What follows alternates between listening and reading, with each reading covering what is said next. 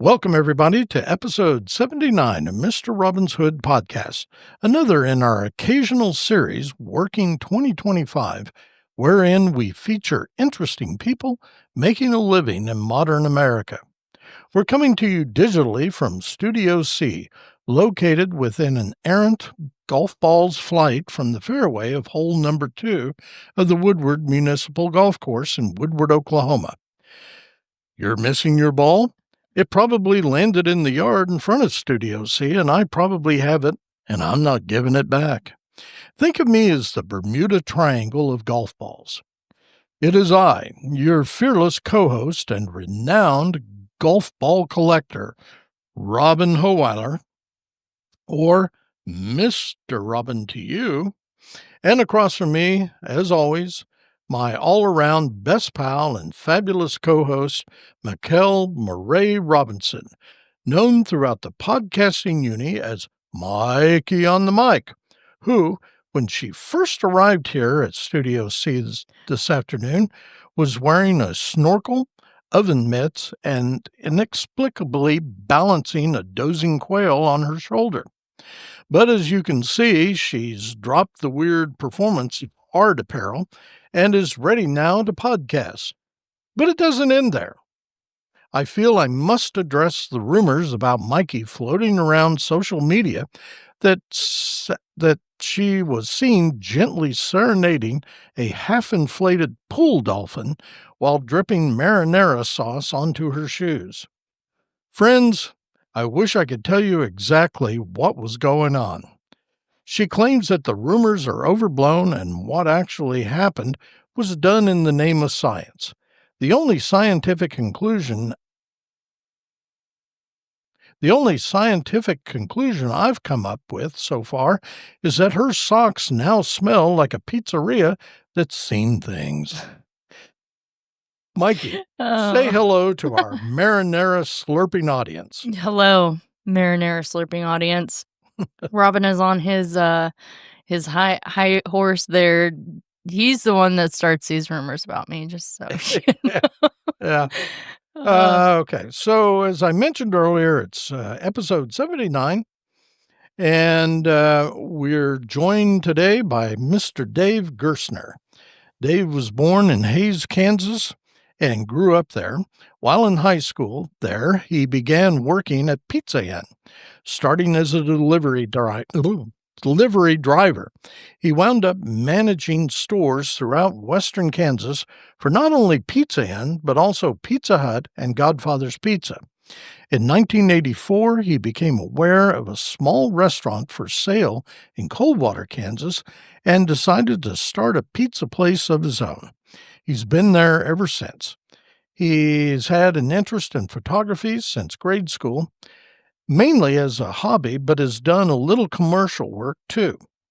He did some storm chasing and photographed quite a few thunderstorms in the 80s and early 90s before the restaurant really got busy and the movie Twister brought out so many storm chasers to the area that it was no longer nearly as much fun because he no longer, well, I'll get through this, he no longer had the roads to himself. He has also gotten into metal detecting over the past 30 years. He has an interest in history, which metal detecting turned into an obsession, as evidenced by all the maps on the wall at his restaurant and his reported hoarding of books on local history. You sound like me. I know, I was supposed to say, he's a gaff grown heart. Dave, welcome. Thank you. So, Dave, it's so great to have you on here. I was telling Robin after I saw that you were looking to retire and you had Dave's Pizza up for sale. I'm like, oh man, you know what? It just dawned on me. Dave would be a perfect, interviewee on our podcast, and we need to bring him on because you fit not only the little segment we do with working. We call it Working whatever year it drops, 2025, where we talk to people about, what they do. And, but also I told them, like, I knew that you were into photography, which is something I've been into since about grade school as well. And I always remember seeing you with your gear and stuff and going around, but I've never really talked to you much about any of that stuff. I usually just see you, working at the pizza place and you're too busy to have conversations, So, Yeah, it gets that way. yeah, which is great. I mean, I love your pizza. My favorite's the taco pizza. That's what my We husband appreciate that. yeah, we're like, "We gotta get the taco pizza," every time we go. But, to start off, I think we maybe wanna start talking about, because there's several different things I wanna talk to you about, but we'll start off with, your pizza, um, kinda how you started there. I honestly didn't know that you grew up in Hayes, right? Is that what you Uh-huh. said? So I was kinda curious, while you were in Hayes, I mean, how actually did you become aware of that small restaurant for sale in Coldwater? Like, Well, at that point, I was living in Garden City, Kansas, okay, actually. And my first wife's family was from here in Coldwater, and okay, they had let me know the small building for sale was really cheap. So they didn't have a lot of money. right, And uh, so I decided I had been working for Godfathers for about a year. I opened up their Garden City, Kansas store for them, and it the Godfathers job was not all it had been promised to me to be. They moved me away from they basically hired me away from Pizza Hut. mhm. And so being a bit frustrated with that, I said, well, why not? Let's give it a try. So oh excuse me, sorry about the dog. No, you're all Uh, right.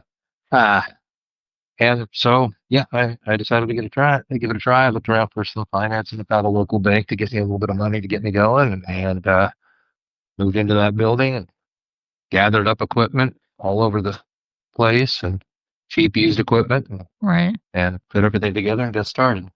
Mhm. Well, and that was 1984, so for the folks out there listening, that's been 40, 41 years depending on when Yeah. we 41 started, October. 41. Yeah. Okay. And it's unclear to me, are you still running the restaurant? Do you still have that or? Oh yeah, yeah, Oh, good. absolutely. We're Mhm. still operating and going, and until I sell, I've just listed it for sale recently, and I'm not in a huge hurry to sell, but we're looking to retire, so probably within the year or so. Yeah. If I Right. see an offer I like, I will take it. Maybe after about a year, I might have to take an offer I don't like, but we'll see from there. So, Well, Yeah, I understand that.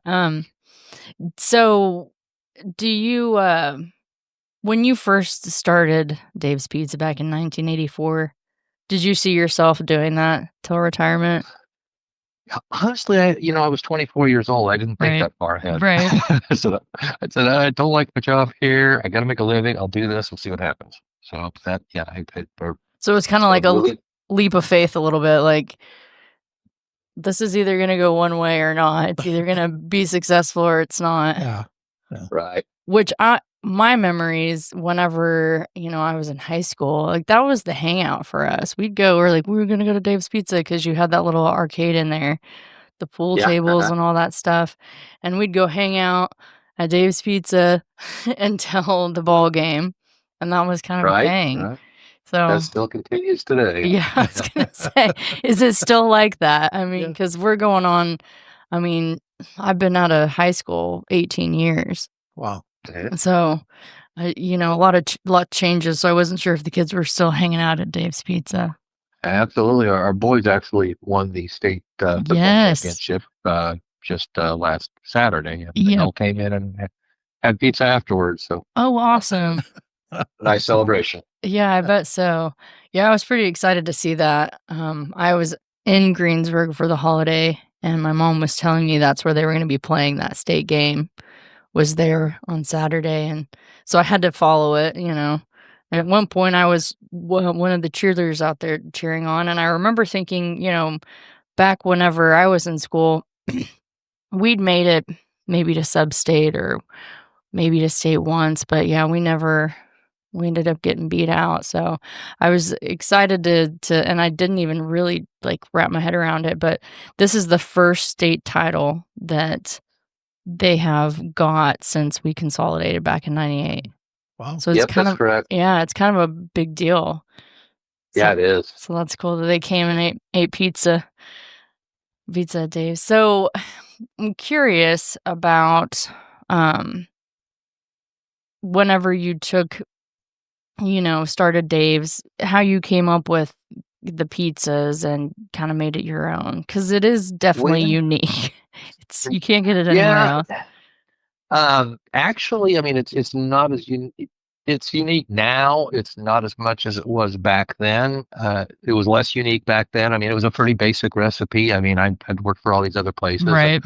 and pizza dough is pretty much flour, sugar, salt, yeast, and I think the difference now is not too many pizza places make their own dough anymore, and not too many places use deck ovens. They mostly use conveyor ovens now.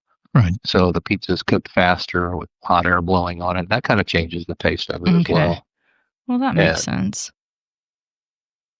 so, but yeah, the recipe wise, I just kind of got it together. So I got to get open. I got to get I got to make some Right. dough. So I did.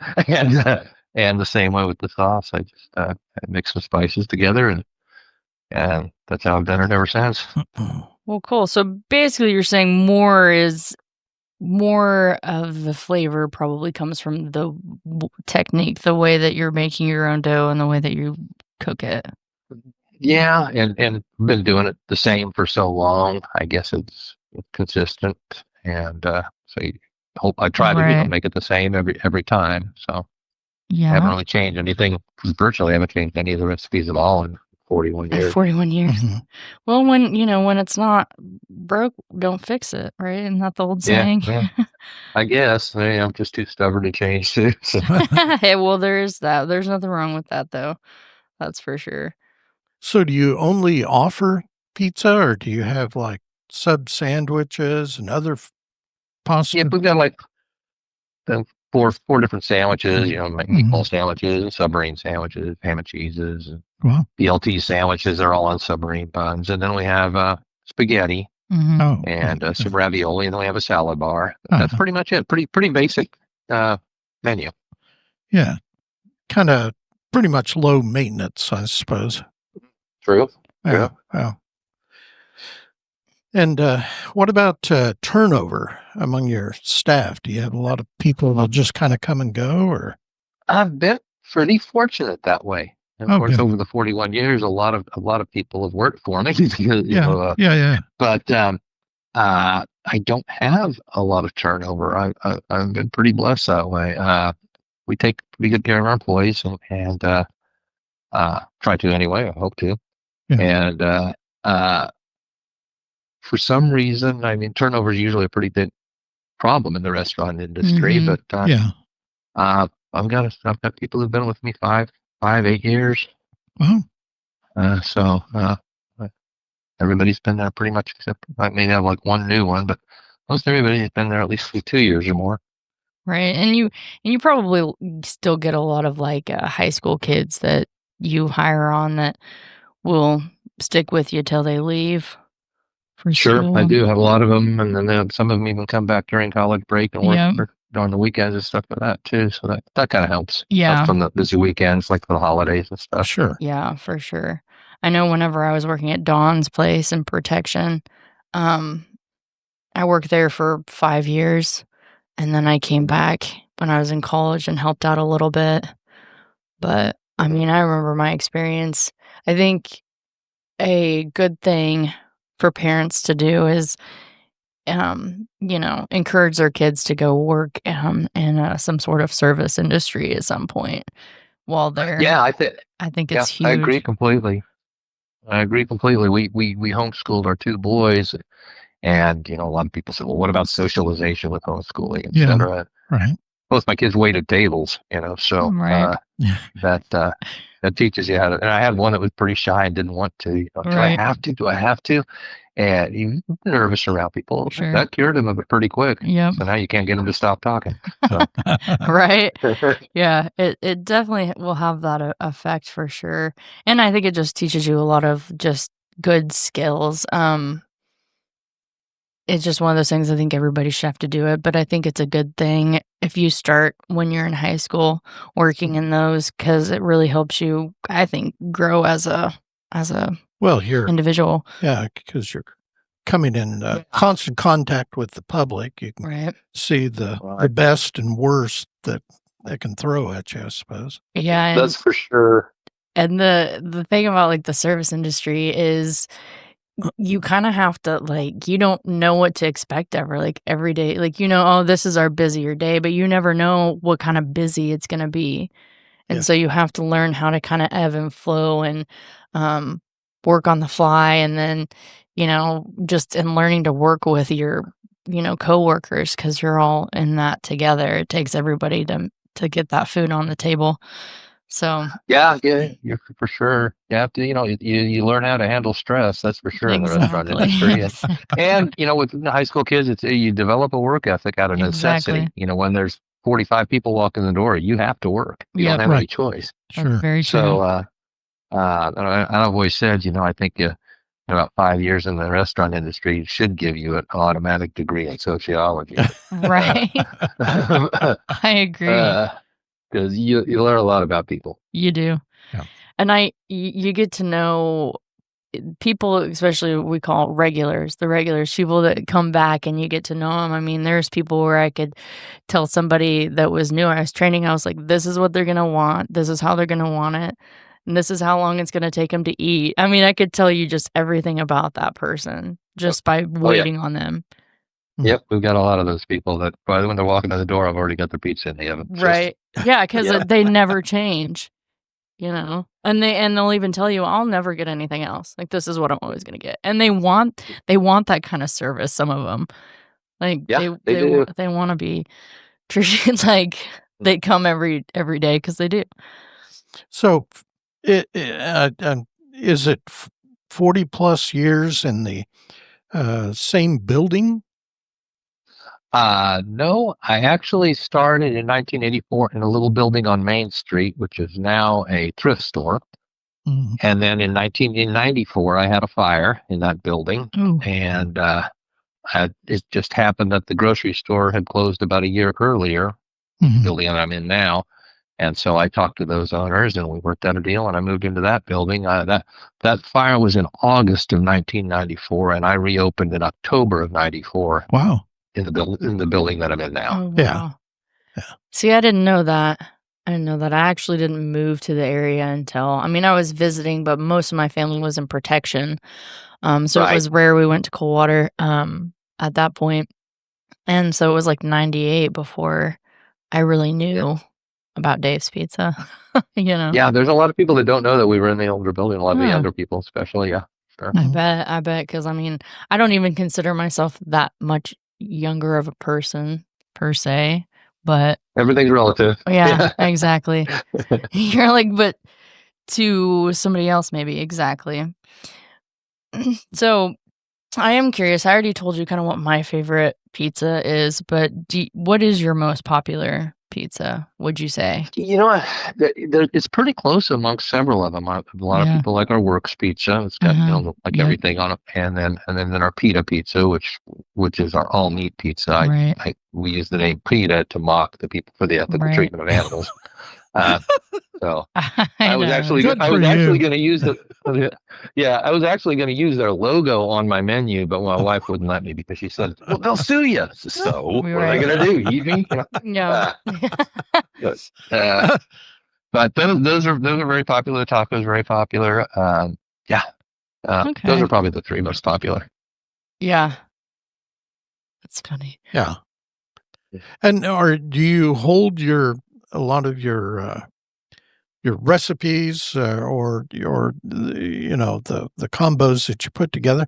Do you hold that as proprietary? Are they closely guarded secrets that you keep on the file under your bed or anything? No, not really. They're pretty basic. Like a Works pizza would be, some veggies and most of our meats, Right. and the Right. pita pizza is kind of Right. all meat.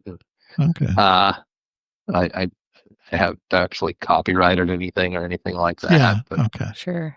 But if somebody was to, buy the business, they'd also get all your recipes included in that.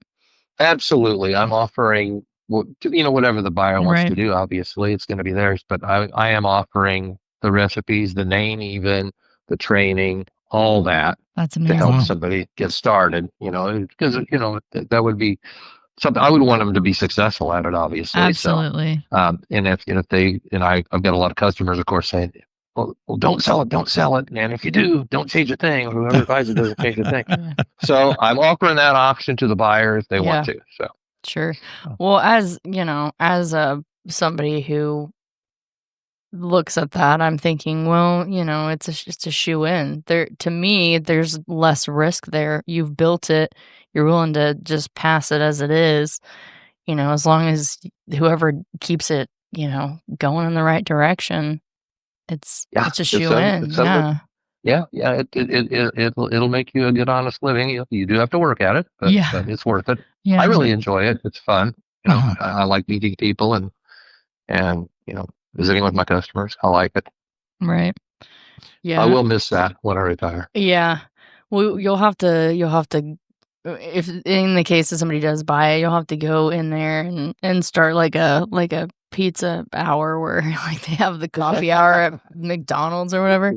You could have Right, there you go. you could have the pizza There hour you at go. Dave's and So, do you have a lot of the, the really big commercial pizza places that have moved into Coldwater while you've been there? Do you see them as a threat?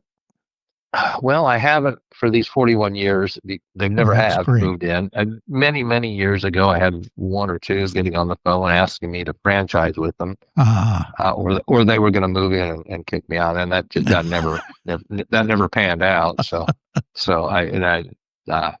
But I didn't really see the reason to franchise because by that time we were selling plenty of pizza. Yeah, so right. I didn't think I would. Oh, good. Always, they were offering, well, look, you see, we have TV ads and stuff. Living in Coldwater, when you're the only pizza place in town, every pizza place TV ad is our TV ad. Yeah. Okay. Basically, I get free advertising from anytime excellent. somebody sees a pizza ad on TV, obviously, because we're the only pizza place in town. Yeah. Well, and I'd say like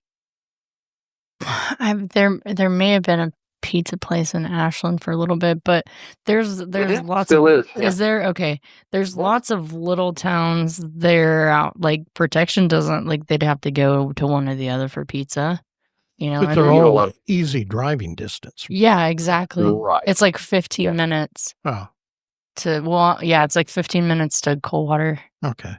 It's nothing. And then I think Greensburg does have a pizza place too. Greensburg has a pizza place, and so does Ashland, and so does Medicine Lodge. But we get a lot of customers from those towns as well. So, well, I feel like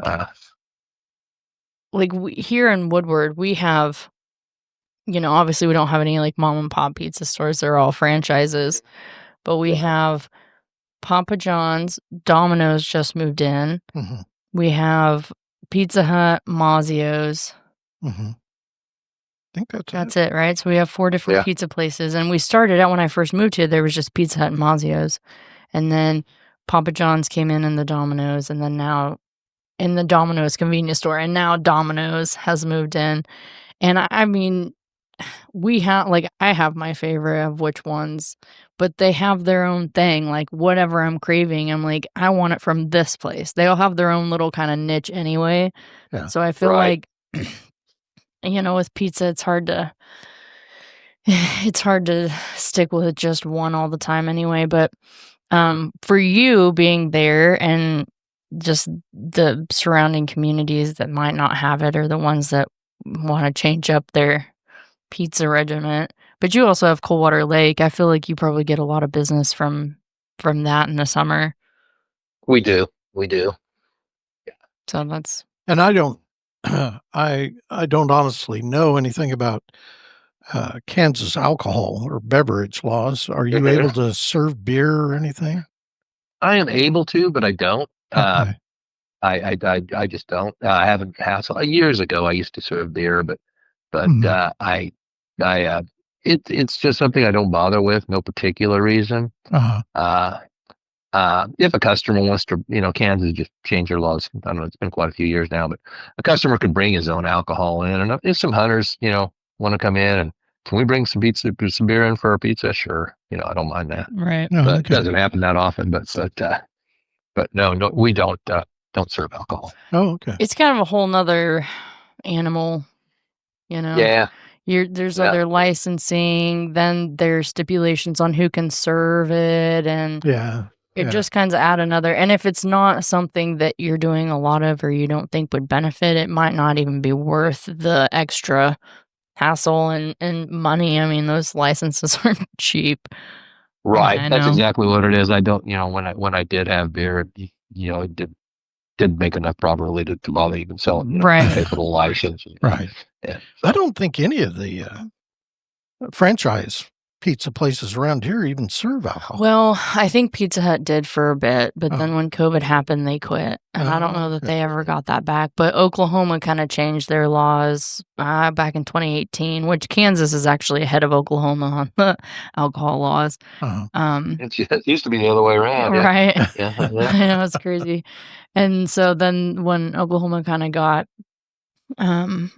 up with the times where they changed everything to High Point, all those places had to get new licenses. Oh. They had to be relicensed in a different license. And I mean, there were some places, I know one place, which it wasn't a pizza place, it was a bar, but the gentleman had, he had got his license back in like the early 80s or something. And as long as he kept it up, he kept paying it, it never lapsed.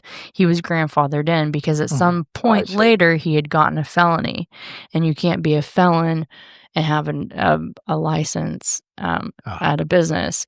But because he got it after the fact, because there are some, they will kind of waver on that. They're like, as long as it doesn't lapse. Well, then whenever he had to relicense, he was just like, I'm not even going to go through that.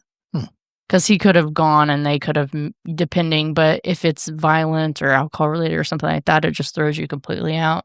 Wow. So, yeah, there's a lot to that, in other words. So I understand if it's not worth it, and it might not be in a small community, because I bet there's not, I mean, people go there with their family, and some of them aren't into drinking in front of their kids, which is cool. Yeah. Never condone that. Well, I'm going to move off the pizza lane here for just a little bit. I'm really interested in hearing more about your storm chasing that you did back in the 80s and early 90s, because that stuff really fascinates me. I was kind of curious, were you working or associated with any particular like radio or television network that you were doing this, or were you just out there doing it for fun? No, I just thought they're beautiful and the thunderstorms look cool. Yeah. I mean, that was it. Yeah. That was really it. Yeah. I spent a lot of years myself in the Navy, and there was a guy, he was a Navy astronaut and oceanographer, which is kind of a fancy, in the civilian correlation with that is meteorologist. And we would talk endlessly about he and some of our other pals coming to Oklahoma and like showing up, in April and spending just time in a motel drinking mostly, and then going out and trying to run down whatever storm was coming out of the west. Yep. And we never did any of that, but I did you ever have any real issues, where you got maybe a little too close? Or once or twice. It got pretty windy on me for sure. Never enough to buck the car around when it was parked. Yeah, but there's a few times that I got fairly close that ended up under one, and really, one of them I got was under one, and this was, I don't know how many years ago. It's actually when I started slowing down a bit and quit doing it. I crested a hill and was chasing a storm, and I got to over the hill, and there was like 20 cars parked in the road, all over the place, and all these other storm chasers from all over the country following this thing. And I had just pulled out from under a really windy spot and got out from under that and went to this, and they stopped me and said, were you under that? Were you under that? And well, yeah. And I said, I got to go, because I did not want to be stuck parked with all these other people. Right. Because you get a traffic jam in the middle of something dropping on you. Yeah. So I just kept heading south, and that was actually the point at which I said, I'm not going to do this as much, because every time you just see all these cars going by, and the traffic got downright dangerous. Yeah, kind of takes the fun out of it. It sure does. And especially where people are coming from all over the country, and you're just like, listen, I'm in the country, and this is what I do for fun, and now you're ruining it. It's an industry now. It's actually become an industry. Oh, absolutely. Tours and sure. So absolutely. Anyway, if there's one still, and I know all the dirt roads still, so I can go that. But people take them too now. So, if there's something still close and I'm not working, I might run out and chase it. But I don't nearly to the extent that I used to. Yeah. Well, I know there's probably a lot of young kids out there driving around, because we used to just cruise the back roads growing up. There wasn't really anything to do per se. I mean, not in a bad way. We just kind of had to make our own fun. And one of those things was we'd drive around, and there was one time we were driving around, and we were probably between Protection and Coldwater. And we're just driving around, and it was kind of like, a crappy day, but they hadn't said anything about tornadoes or whatever. But we literally saw one come down, this funnel come down in this pasture, and then just went right back up. And we all look at each other like, what just happened? What did we just see? It was just one of those freak deals where they just pop up and you don't even know about it. And we saw it. Sometimes there's not much warning, for sure. Yeah. It wasn't big or anything, but it struck us. We're like, wow. But they'll still get your attention. Yeah, what are the odds? We were all pretty amazed by that. Obviously, the storm chasing really tied into your hobby, as you referred to it, of photography. And do you enter a lot of those photographs in like contests, or no? Have you not had an really. exhibit, maybe? No, not really. I just at the store, I had some hanging up at the store and I still have a few hanging up at the store. But the only contest or anything was back in the 90s. I actually took some college credits at Pratt Community College, and they sent me to I guess it's called Skills USA now. It's that deal that Mike Rowe does. Oh yeah. Vocational training. Right. That used to be called Vocational Industrial Clubs of America. Right. And JUCOs and trade schools and stuff would compete, and I competed in the commercial photography competition there and won the state, and then I took second in the nationals at it. So that's really that's the only awards that I can think of that I've ever. I've been to a few other little deals, but that's about it. It's county fairs, things like that. Do you think when you're retired that you might pursue that again? I might. You should. We'll see how much time I've got. I do like taking pictures, and I do spend a lot of time out in the country, or would like to spend more time. Not so much now, because we're just busy. Right. So I've been working a lot, every day. And but I like to go in the country and metal-detect, like I mentioned there, and there's it's beautiful out some of the ranches. It really is out of the Merrill Ranch and stuff. So. I may do some more of that. Well, we should definitely stay in touch, for sure, because I happen to be someone that is out looking for people to exhibit in the museum. And we do so many, every year. So I try to just keep in touch with people. So even if it's, 5-6 years down the road or something, like, I just always like to connect with fellow photographers and artists and what you photograph. I think people would really enjoy seeing that. So something cool. You should think about, for sure, because I know it does take a lot of time. I mean, I've only exhibited in a few, but I'm going to be exhibiting some of my photography in the 547 Art Gallery in Greensburg in July and Right. August. Wow. But it took me,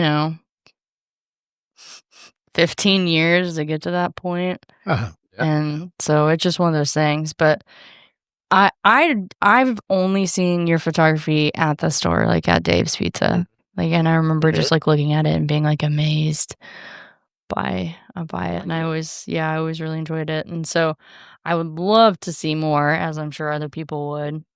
And I never, Most of those ones. Go ahead. I was gonna say, I never realized the significance of the maps on the wall either. Yeah, I've always liked maps. I just thought maps were cool. Mm-hmm. Yeah. And so we had this big wall when we were getting that building put together, and that'd be cool to just have maps all over it. So I went to junk shops and antique malls or wherever I could that would have National Geographic magazines. Yeah. Because every so many months in your National Geographic, you would get a map. Sure. And so every time I'd see a National Geographic that still had a map in it, I would buy it. And that's what we wallpapered those walls with. Oh, yeah, it's really cool. That's awesome. We're gonna have to take a trip to Dave's Pizza on a Sunday just so Robin can eat Dave's Pizza and see the wall of maps. Mm-hmm. Yeah, I'm in. It's only an hour. It's not like it's a real long trek. Right. Sure. It's not far. It's a beautiful drive between here and there if you go through across the river and go on K1 up north. Yeah, it's really a pretty drive. Yes, it really is. Wow. I always tell people, like, it's really where we're at. It's really pretty here. Yeah, Cimarron Valley is beautiful down there. It really is. Especially this year. It's been so green. Oh, yeah. And you get that just few and far between. I mean, I think in the, almost, I don't even know. I've been here since 2011, but I went to school at Alva. And so since I graduated high school, I've been just completely obsessed with taking pictures of the Cimarron. And it's gorgeous. The cliffs over there by Freedom. I mean, specifically, obsessed with it. I'll be stopping. I'm like that crazy lady in the middle with my camera. So, do you still have a pretty great setup on your photography? I mean, I remember. I feel like you had. I've got a lot of equipment, a fair amount of equipment still.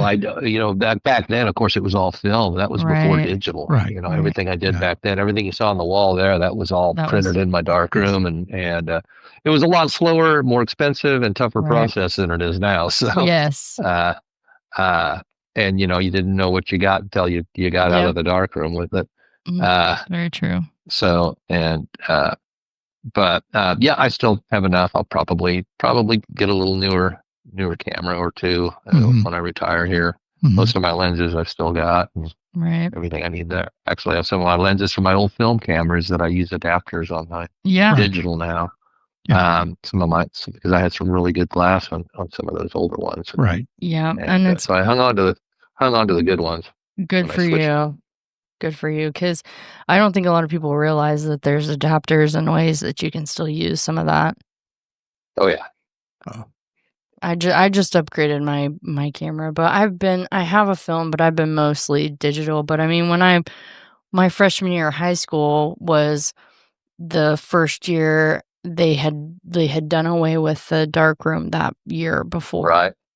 So, I mean, I've studied it, and in my degree, I have a mass comm degree. We learned some about that, but I've never really experienced that. That's been something that's always kind of intrigued me, but I've mostly been just digital since then. What kind of camera do you use? Are you I run just Canon. Canon, that's what I run. Yeah, and I will probably go to a mirrorless eventually. That's what I just did. Right. And I'll use adapters for the lenses that I have for that, at least the ones that I want to keep. Right. But that's kind of the plan at this point. I'll get a mirrorless, so a little more compact, a little lighter. Yeah. Yeah, they are I hadn't upgraded mine in 10 years, and I couldn't believe the difference. I was telling Robin, I'm like, oh my gosh, this thing is so tiny compared to my other one. And just like the quality of the pictures that come out, it blows your mind. Yep, they get better. Yeah, compared to what I used back, in the 80s and 90s, sometimes I was using 2 1/4 cameras and sometimes even 4x5 sheet film cameras. And those things weigh like 15 pounds, Right. Yeah. and you can't use them without putting them on a monster tripod. You got to load Right. one sheet of film into them at a time. Yeah. And yeah, so but of course that huge negative made for some really cool prints, particularly when I shot a fair amount of lightning. Right. And the larger the negative, the finer the grain, the more detail you Right. get in the lightning. Of course, this is all back in the film, so Right. it's kind of comparable to having a large sensor in your camera now, Right. full frame as opposed to an APS type sensor. Right. And I think that's what my other one had, was an APS. Now the one I have is full frame. Right, and you'll notice in the modern full frames, of course, they have a lot better light sensitivity as well. I noticed that. can't imagine the photographs that my cell phone can get now compared to what I could do back in the film days. I know. Sure. So there is something very amazing about film to me, though. It's kind of like, listening to a CD and listening to vinyl. Yeah, it is analog. It's truly analog, and so I still have my one film camera. I haven't busted it out in a while, but now I'm getting intrigued on getting it back out.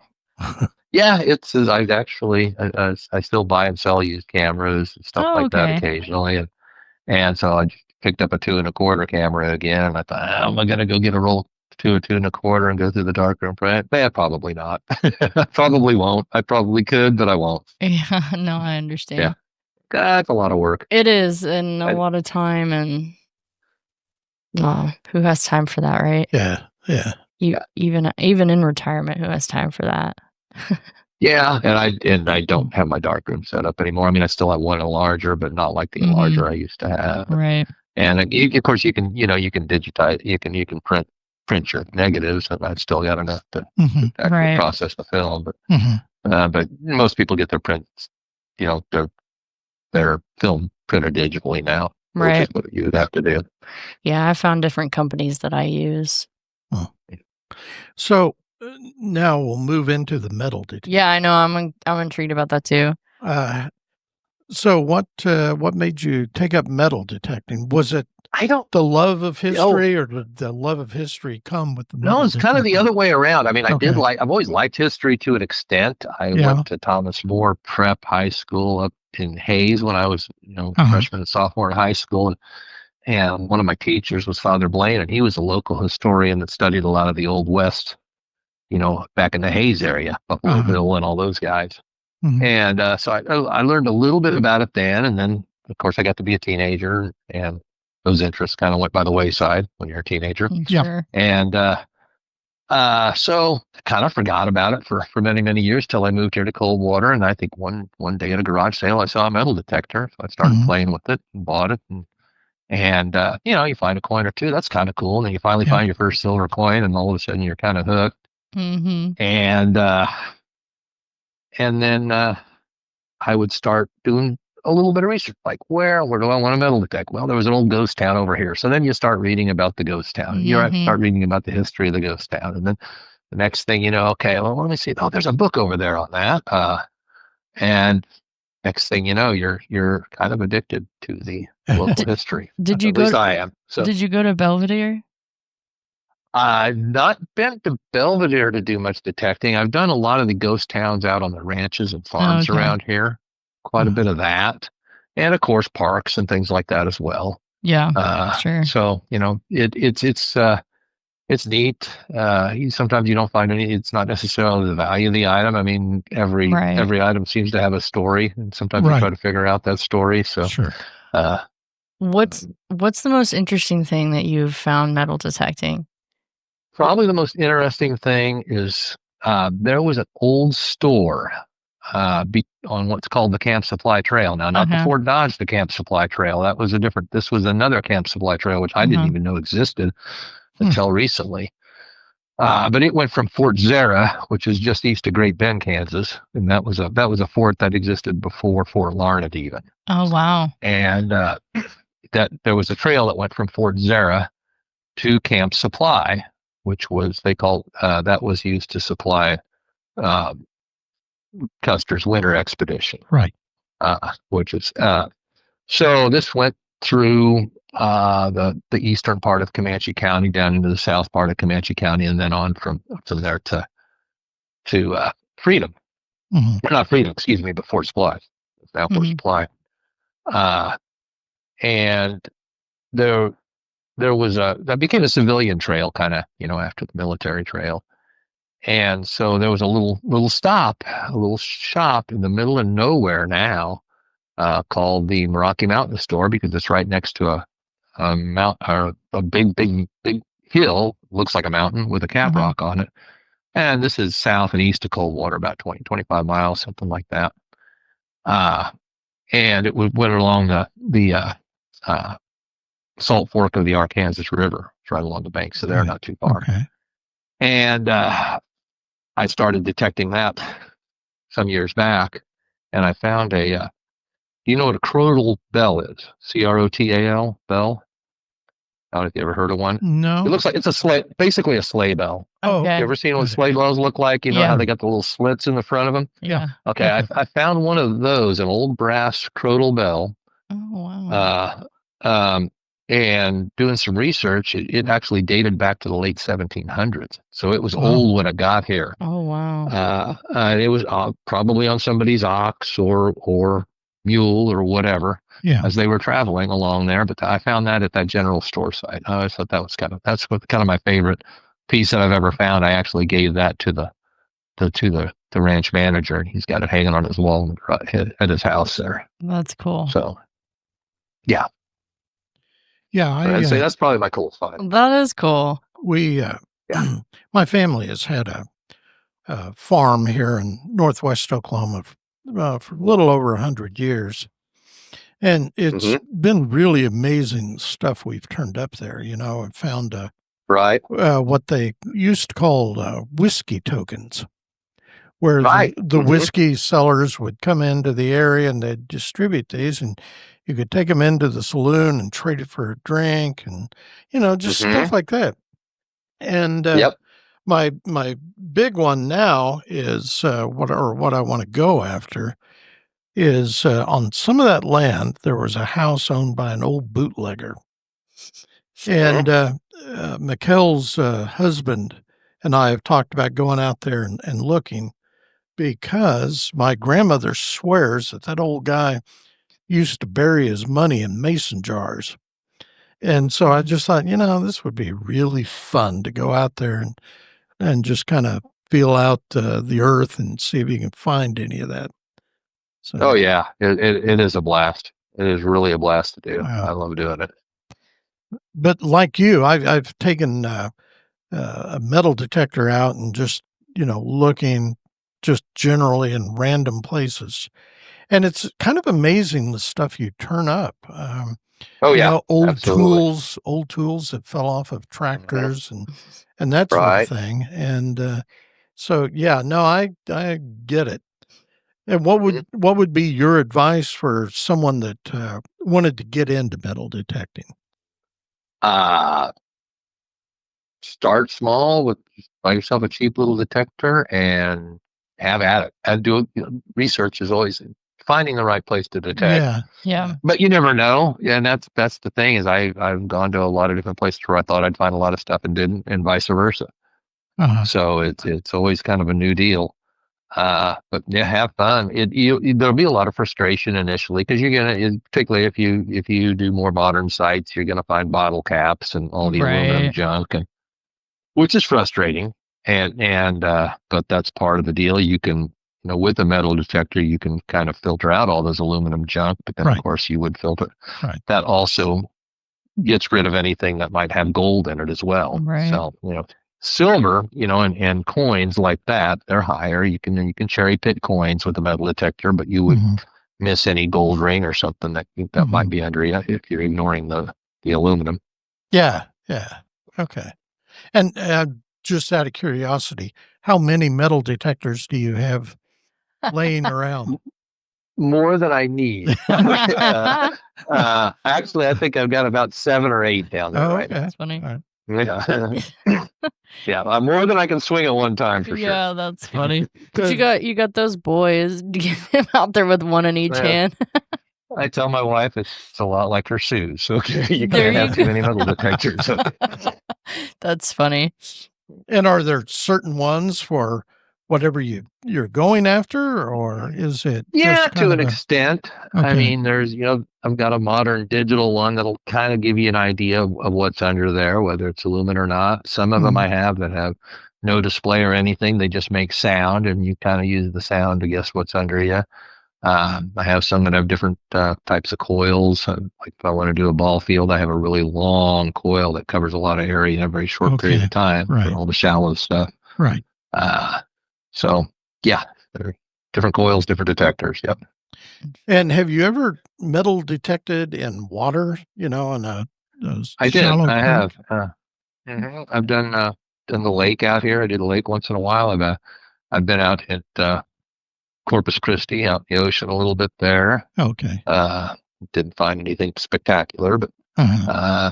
a lot of people find some pretty cool jewelry out Yeah. I bet. on the beach detecting. Yeah. But yeah, I've done the lake here. When we travel on, if there's a lake, something, I'll check the beach sometimes and check the water next to the beach. Okay. Yeah, I keep telling my husband we need to metal detect at our house, and he said, my grandpa's already metal detected that place into the ground. We bought my husband's grandparents' property, and they had 2 houses, and one they rented out, and that one they rented out was a homestead at one point. So it's been there Cool. forever. But he seems to think that his grandpa found all the good stuff, but I don't Well, know. that's one other detecting tip. No place has ever fully detected. I don't See, There thank you you. go. always more I'm to find. telling Brett Yep. that.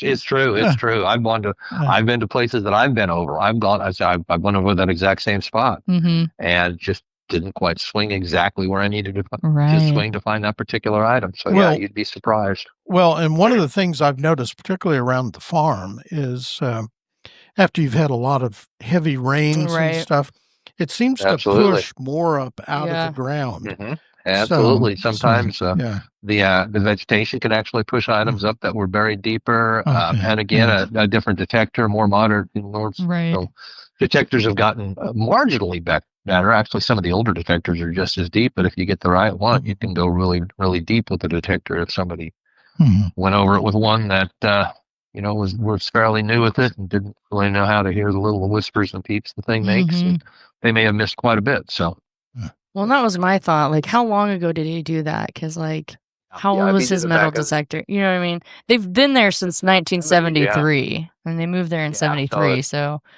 I don't know if he did exactly. it, with a '70s metal detector, you could definitely find some Yeah. more for sure. Yeah. That's what I'm saying. Brett will be out there Yep. at midnight. Yeah. Not right now. It's There too you go. cold for him. But Yeah, it's definitely too cold. once it warms up. Oh, Well, that's awesome. all right. Well, that's really interesting, Dave. All the years I've known you, I feel like I know you better now if we've had this interview. Yeah, So that's nice. Yeah. We sure appreciate you coming on, spending part of your day with us. Absolutely. Oh, well, absolutely. Thanks for having me. yeah. So, do you want to plug your pizza place? Well, yeah, I'd be happy to. Okay. Dave's Pizza Oven in Coldwater, Kansas. We're open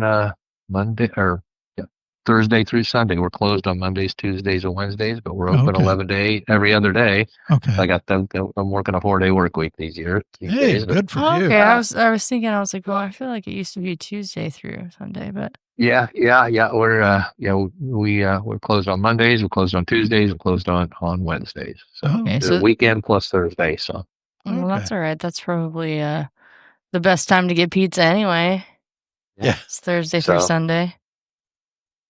All right. Well, thanks All right. so much for agreeing to join with us today, and I'm going to try to get up to Coldwater. Yeah, we're gonna have to make a trip. Robin's gonna have to.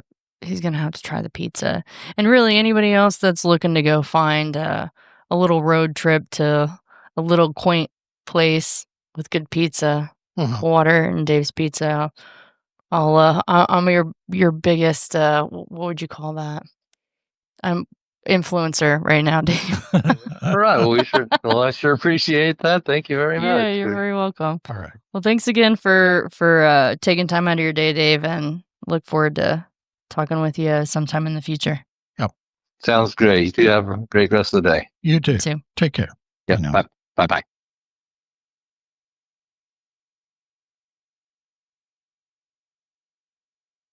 I hope everyone enjoyed that. If you have any questions for either Mikey or myself about today's episode or any other darn thing, you can email us at mr.robin@mrrobinshood.com or mikey@mrrobinshood.com. Also, you can find us on Facebook at Mr. Robin's Hood Podcast.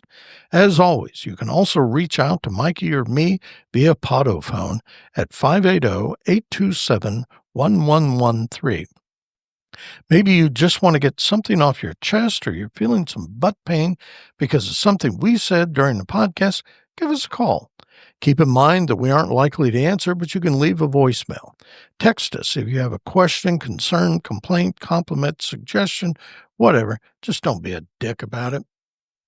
In the meantime, tell all your friends to listen to this podcast as though their lives depend upon it. As always, you can stream or download episodes of Mr. Robin's Hood Podcast wherever you usually find that sort of nonsense. We're on iHeartRadio, Amazon Music, the Podbean app, Apple Podcasts, Player FM, Listen Notes, and Podchaser. You can also stream them directly from our Podbean website at mrrobinshoodpodcast.podbean.com for free. It's free. It's free. So we'll close now by reminding everyone, as we always do, to Stay hungry, stay foolish, and most importantly, stay weird. Bye.